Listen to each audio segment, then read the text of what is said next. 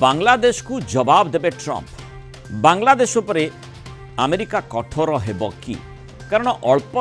संख्यकों उपरे अत्याचार जो जारी रही बांग्लादेश रे तार मुतड़ जवाब देब कि केवल अपेक्षा रही नवनिर्वाचित राष्ट्रपति डोनाल्ड ट्रंप का ग्रीन सिग्नल को। बांग्लादेश उपरे अमेरिका आर्थिक प्रतिबंधक लगौ हिंदू उपरे बर्बरता को रोकवा सख्त बा कड़ा कार्यानुष्ठान निया जाऊ एने नवनिर्वाचित ट्रंप प्रशासन को अनुरोध करिसेंती अमेरिका रहुतबा प्रवासी भारतीय माने। निर्वाचन किछि दिन पूर्व बांग्लादेश रे हिंदू उपर होइतबा आक्रमण को तीव्र निंदा करथिले ट्रंप कहिथिले हिंदू क्रिश्चियन किछि संख्या लघुक उपरे करा जतबा बर्बरता एवं हिंसा को मु निंदा करूछि। एभली आक्रमण एवं सेमानक प्रति एभली आचरण देश रे अराजकता को दर्शाउछि। कठोरपंथी धर्म विरोधी एजेंडा विरोध में जाई अमेरिका भारतीयों पर लड़बू और सेमानकु सुरक्षा देबू रक्षा करिबू। ट्रंप का ई मंतव्य को नहीं सेठारे रहुतबा भारतीयों मनरे टिके आश्वस्तिकर स्थिति उत्पन्न होइतिला। ट्रंप जने साहसी व्यक्तित्व स्थिति सुधारिबाकू से किछि भी पदक्षेप नहीं पारिबे बोली कहितिले अमेरिका रहुतबा भारतीय डॉक्टर भरत बराई। तेणु जदि स्थिति रे से भली सुधार न आसे तेबे से आर्थिक प्रतिबंधक भली कार्यानुष्ठान भी नहीं पारंती बोली बराई सेतेबेले कहिथिले। अर्थात बांग्लादेश रे जो प्रकार स्थिति खास करी हिंदू विरोधी जो मानसिकता सेठी रही धर्मनिरपेक्षता शब्द सेमाने सेमानकर संविधान रु हटई देबे बोली मध्य आलोचना करागलानी। तांकर अटॉर्नी जनरल मध्य से भली मत पोषण करिसेंती। एही परिप्रेक्षी रे ट्रंप का निकट रे जो प्रवासी भारतीय माने रही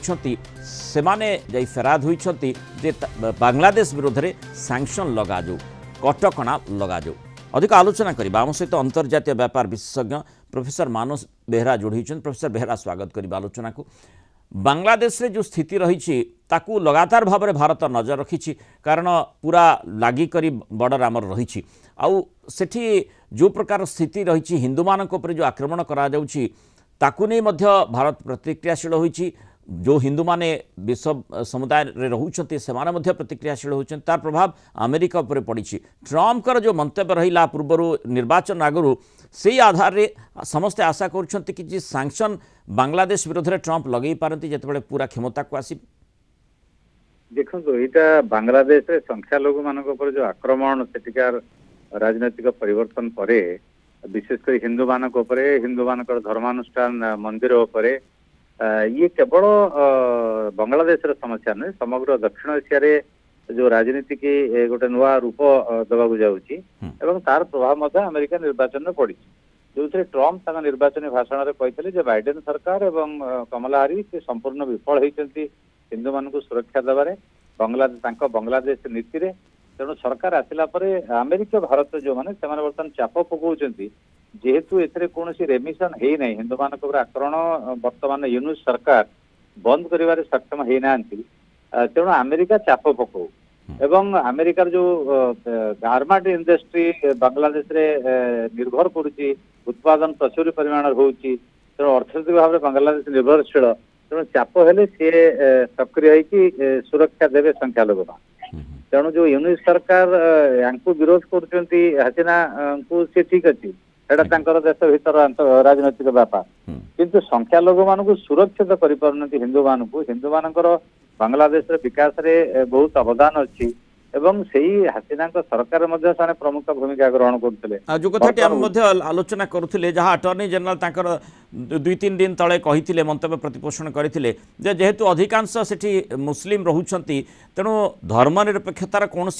यथार्थता नहीं से शब्दटी को संविधान काटिदेवा उचित बोली से कहते गोटे मौलवादी विचारधारा नुआ सरकार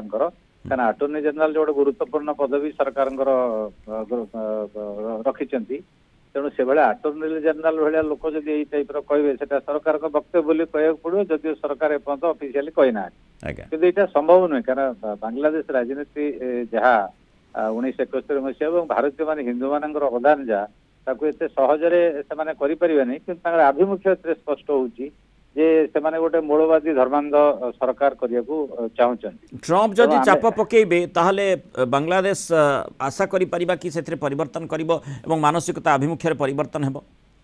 देखो बांग्लादेश पर अमेरिकार विशेषकर बांग्लादेश अर्थनीति पर अमेरिकार प्रभाव बहुत परिमाण अच्छी अमेरिकन फैक्ट्री कंपनी वाणिज्यिक कारोबार किंतु तापेक्षा भारत कम गुरुत्वपूर्ण नुहे भारत वैदेशिक विभाग बारंबार सहित कथबार्ता करुँच ट्रम्प चाप पकड़े तो ए क्षेत्र में निश्चित भाव स्वागत योग्य हम किंतु सरकार को जनवरी आसला कौन आभिमुख्य हम और भारतीय अमेरिक मैंने जोरदार लगी प्रेशर ग्रुप भाया जे ट्रम्प चाप पकाउछन सरकार संपर्क से पदक्षेप नियंतु जेहेतु आम देखुचे ट्रम्प प्रशासन ने जो कैबिनेट कलिग्स माने जो मान रही भितर हिंदू रही जमीक तुलसी गबार्ड भली जे कि खोला भाव में निजक हिंदू बोली कहती सहित भारतीय वंशोद्भव माने सहित रही तेणु चापर संभावना खूब अधिक रही तुलसी गबार्ड विवेक रामस्वामी दी जन गुरुत्वपूर्ण पदवी अच्छा तेणु तांकर आवश्यकता पड़ोनी कारण ट्रम्प जदि वैदेशिक नीति कहे जे जो संख्यालघु मान आक्रमण निश्चित भाव में स्वागत योग्य पदक्षेप नुहे गोटे गणतांत्रिक राष्ट्र सेटा बांग्लादेश सफिशिएंट हम किंतु यूनिट सरकार सरकारी भाव में एपर्यंत किसी कहना बारंबार से कहते स्टूडेंट मूवमेंट पर्टिकुलरली कहूँ जे हिंदू मान आक्रमण हवाटा निंदनीय एवं आमे ताको प्रिवेंट करूँ तेणु बर्तमान डिपेंड करेरिकार सरकार परिवर्तन पर बांग्लादेश सरकार आभिमुख्य कौन हो जदि ए कमिगला ये आक्रमण सरकार मुकाबला कर सफल हो पारे ताहले आवश्यकता पड़ोनी जदि अधिक आगामी दिन आक्रमण हम तो अमेरिका भारतीय माने अमेरिका जो भारतीय रोच स्थायी बासिंदा से चाप पकेबे सहित भारत सरकार नेगोसिएशन करे तेणु यहाँ निश्चित गोटे चिंताजनक विषय जे बांग्लादेश जो राजनीति में नुआ